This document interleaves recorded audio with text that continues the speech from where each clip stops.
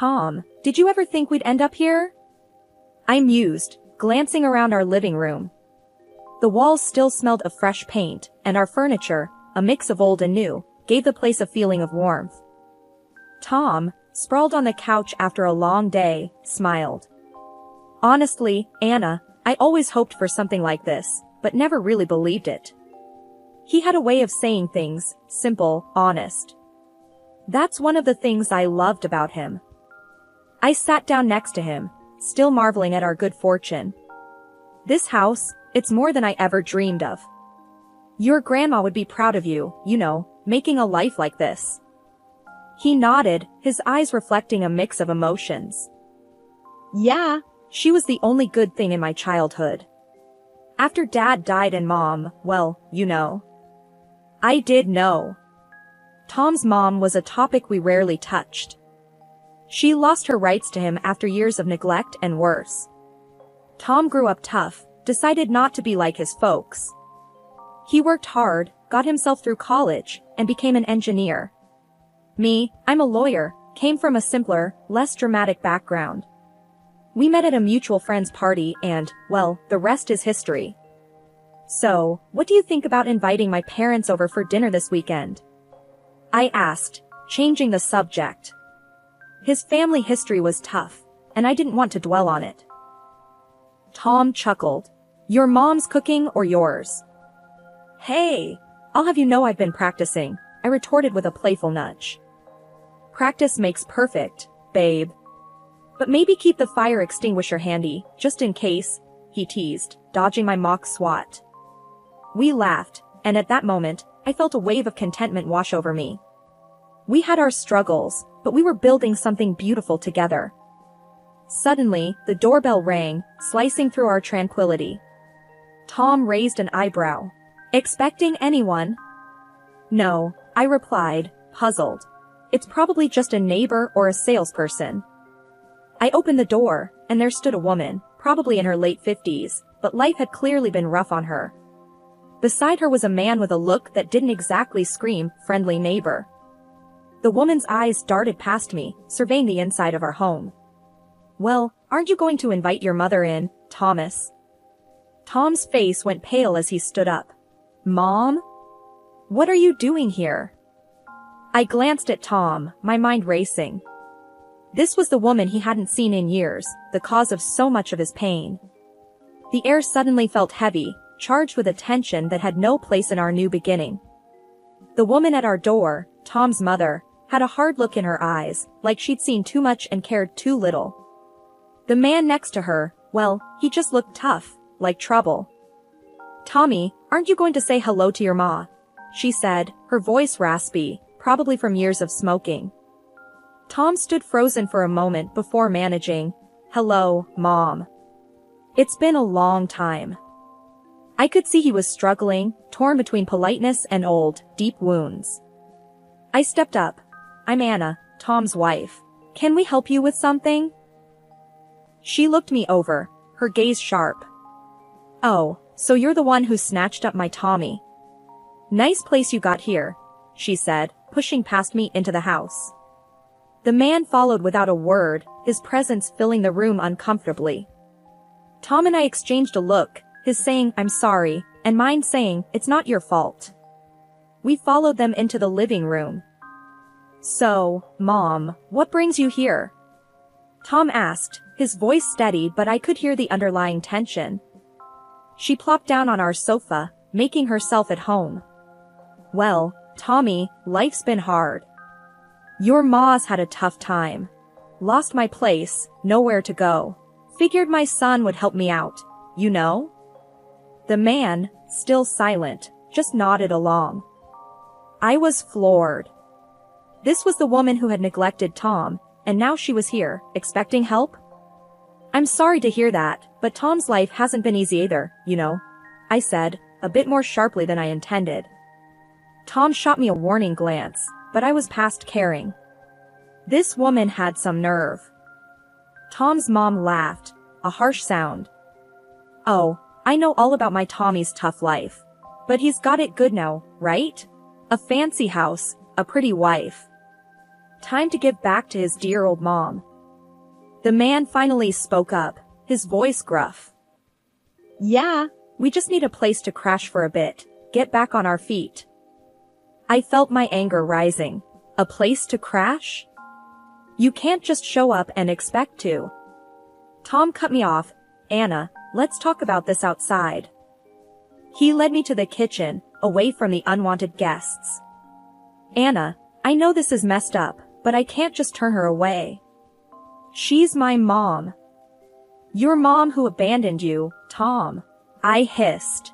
She can't just waltz in here and take over our lives.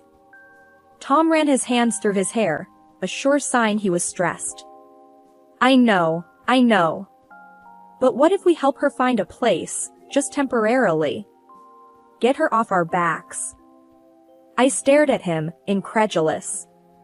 And what? We're supposed to pay for it. Tom, she's using you. He looked down, defeated. I just don't want any trouble, Anna. Maybe if we help her now, she'll leave us alone later. We went back to the living room, where his mom was making herself a bit too comfortable. Mom, we'll help you find a place, but you can't stay here, Tom said, more firmly than I expected. She looked like she was about to argue, but then shrugged. Fine, as long as you're paying. Can't say no to free rent, right? Tom nodded, and I felt a knot form in my stomach. This was far from over. We found a small, cheap apartment for Tom's mom and her partner, thinking this would be a temporary fix. But a week later, Tom's phone rang, and I could tell from his face it was her. Hey, Mom, what's up? Tom's voice had that forced cheerfulness he used when he was uncomfortable. I couldn't hear her words, but the tone was unmistakable, demanding, whiny. Tom's face fell as he listened. Yeah, I understand money's tight, Tom said, trying to keep his voice even, but we already paid this month's rent and... I watched as he ran his other hand through his hair, a sure sign he was stressed. He listened for a few more minutes, his expression growing more strained. Okay, I'll see what I can do, he finally said, sounding defeated. He hung up and looked at me, his face a mix of frustration and guilt. She needs money for groceries, bills, says they can't find jobs, Tom explained, sounding exhausted. I felt a surge of anger. Tom, we can't keep doing this. She's taking advantage of you. He sighed, looking torn. I know, but what else can I do? She's my mom. I shook my head, feeling helpless. Fine, but this is the last time. You need to tell her that. Tom nodded and went to get his checkbook. I couldn't believe we were dipping into our savings for her. It just didn't feel right. The next couple of weeks were quiet, and I foolishly hoped things had settled down.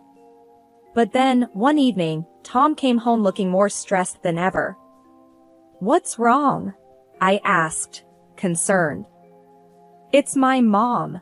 She and her partner got kicked out of the apartment. What? Why?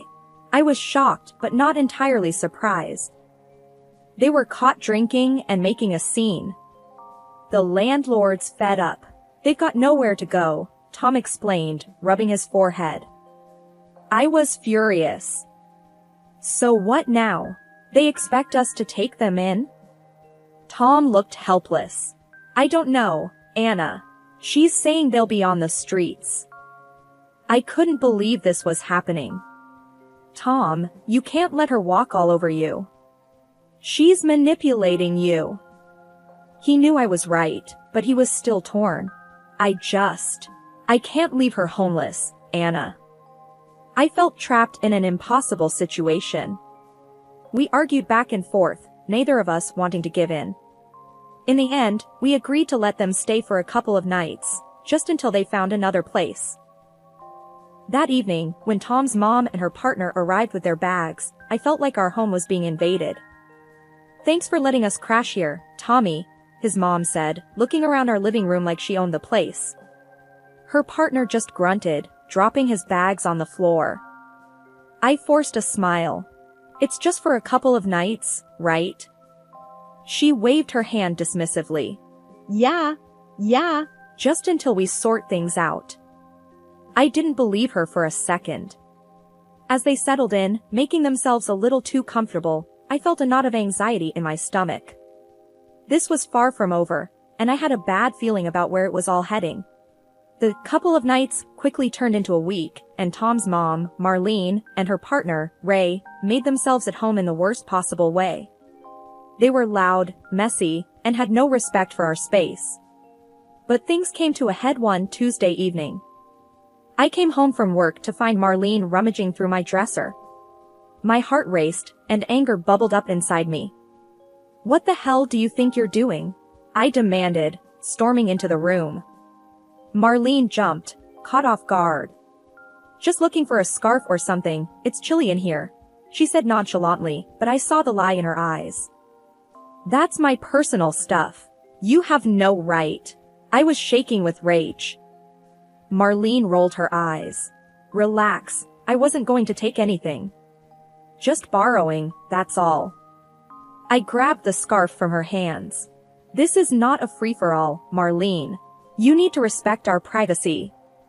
Tom walked in just then, catching the tail end of our argument. "What's going on here?"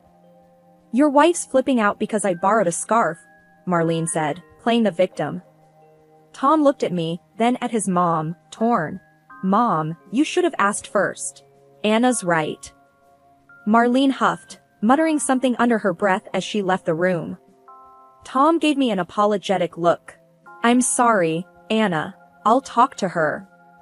But it was clear talking wasn't going to solve anything. Marlene and Ray continued to overstep their boundaries. They left dirty dishes everywhere, smoked inside the house despite our no-smoking rule, and the TV was always blaring. One evening, I found Ray lounging on our couch, beer cans littered around him. The TV was so loud I could hear it from the driveway. "Can you turn that down? It's way too loud," I said, reaching for the remote.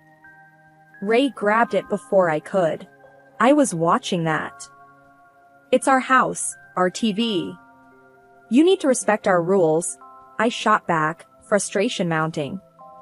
Ray just smirked. "Your house, huh? Seems like it's Tommy's mom's house now." I was at my breaking point. "Tom, we need to talk. Now." Tom came in, looking exhausted. "What's up?" "Your mom and Ray, they're walking all over us." "This can't go on," I said, my voice shaking with anger. Tom ran his hand through his hair, a sign that he was stressed. I know. I'll find them another place tomorrow. I promise." But as I looked around at the mess, the blaring TV, and the strangers who had invaded our home, I wondered if it was a promise he could keep. The days following Marlene and Ray's departure were a cautious return to normalcy. Tom and I were slowly reclaiming our space, our peace. But that fragile sense of security shattered, quite literally, one afternoon. I was in the garden, pulling weeds and trying to clear my head, when Mr. Jenkins, our next-door neighbor, called out to me from his yard. He's an older man, always friendly, but today he looked concerned. "Anna," he said, his voice carrying a note of urgency, "I've been meaning to talk to you. Saw something odd the other day." I straightened up, brushing dirt off my hands. "What's up, Mr. Jenkins?" He hesitated, then said, "It's about your house. I saw a woman, your mother-in-law I think, letting herself in while you and Tom were out. Thought you should know." My heart sank. "She was here? In our house?" He nodded solemnly. "Yeah, she had a key or something. Just thought it was strange, is all." Thanking Mr. Jenkins, I hurried inside to find Tom. "Tom," I said, trying to keep my voice steady, "Mr. Jenkins saw Marlene entering our house when we weren't here. We need to change the locks." Tom's face hardened. "Let's do it. Now." We called a locksmith and had all the locks changed that day. It felt like a small victory, a reclaiming of our boundaries. But the sense of violation lingered, unsettling and raw. A few days later, our newfound peace was shattered again. I came home from work to find our front windows broken, glass strewn across the living room floor. My heart raced with anger and fear. Tom arrived soon after and was equally shocked. "Who would do this?" he asked, though I could tell he already suspected the answer. I pulled out my phone and dialed Marlene's number. She answered on the third ring, her voice smug and unapologetic. "Hello, Anna. Something you want?" she sneered. "You know why I'm calling." "The windows, Marlene. Did you do this?" I demanded, my voice shaking with anger. Her laugh was cold, devoid of remorse.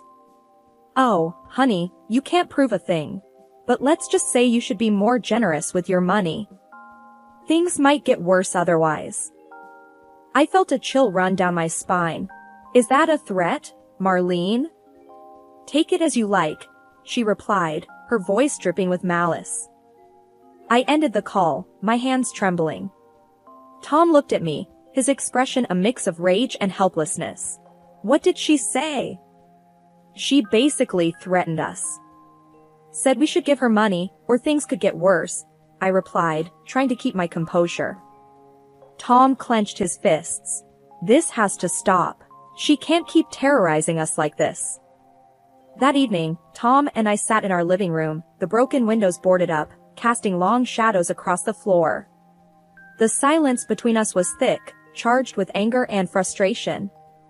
"We can't live like this, Tom," I said, breaking the silence. "We need to do something about your mom." Tom, looking exhausted, nodded. "I know, Anna. I don't know what to do." I took a deep breath. "What if we set a trap for her, catch her in the act?" Tom looked at me, surprised. "A trap? How?" I leaned forward, my mind racing. "We could pretend to go away for a few days. Make it seem like the house is empty. If she's bold enough to break a window, she might try to come in again." Tom's eyes narrowed as he considered it. "And then what?" "We catch her red-handed." "Exactly. We could set up cameras, maybe even get the police involved," I suggested, feeling a surge of hope. Tom was silent for a moment, then nodded slowly. "Okay, let's do it. But we need to be careful. If she suspects anything, we won't let her suspect." "We'll be smart about it," I assured him. The next day, we started our plan. We made a show of packing our car, talking loudly about a weekend getaway for anyone who might be listening. Mr. Jenkins, ever the observant neighbor, wished us a good trip over the fence. "Thanks, Mr. Jenkins. We'll be back in a few days," I called out, waving. Once we were sure Marlene could have seen or heard about our departure, we drove around the block and parked our car in a friend's garage. Then, we snuck back to our house as night fell, careful to stay out of sight.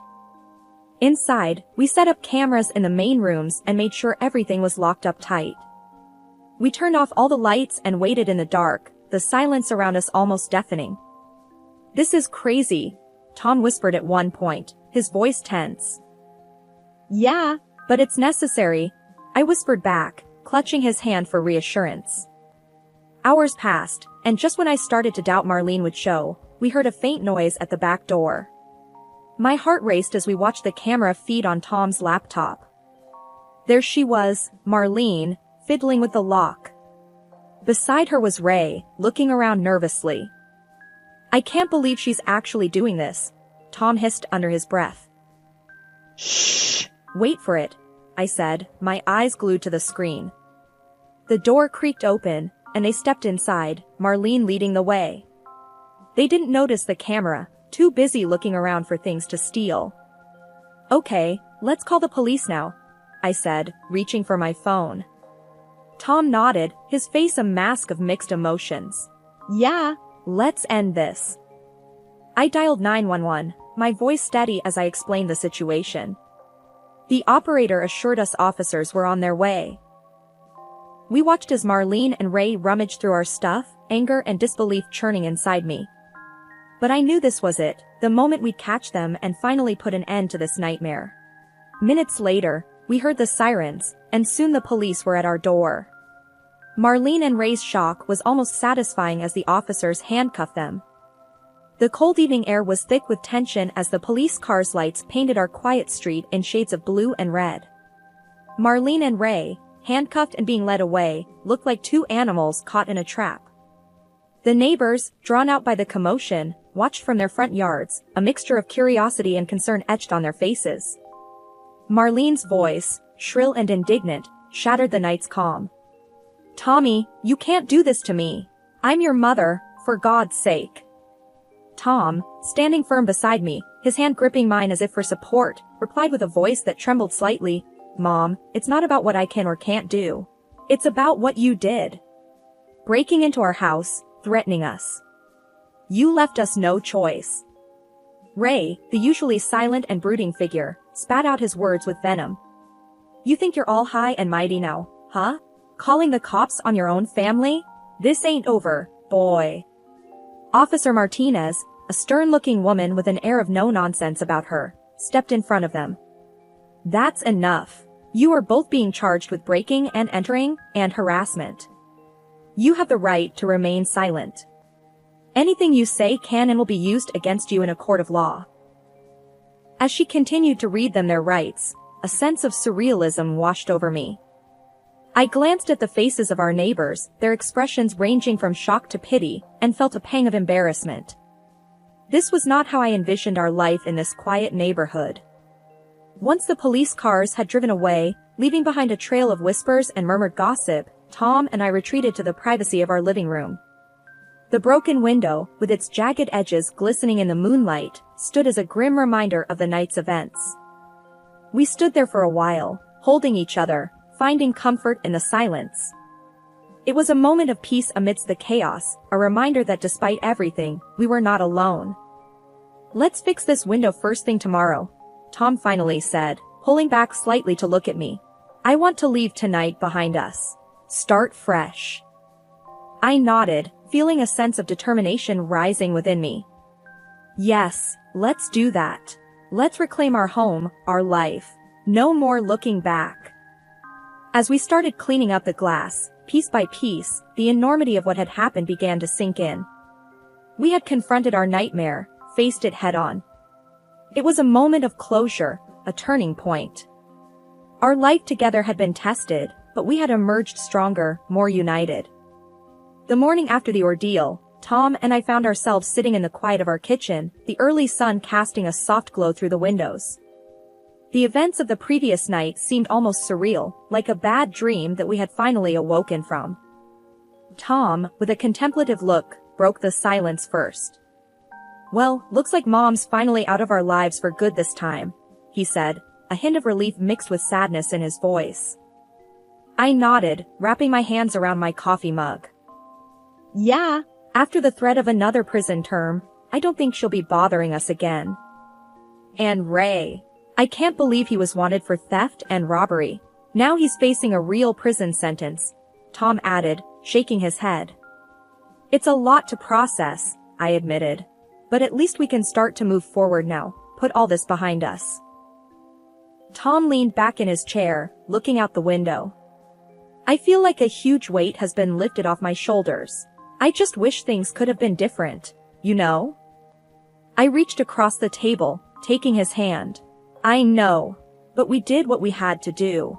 Now we can focus on us, our future." The conversation gradually shifted to lighter topics, plans for fixing up the house, and maybe taking that long-overdue vacation we had been talking about. It felt good to think about normal things again, to plan for a future that was no longer overshadowed by fear and uncertainty.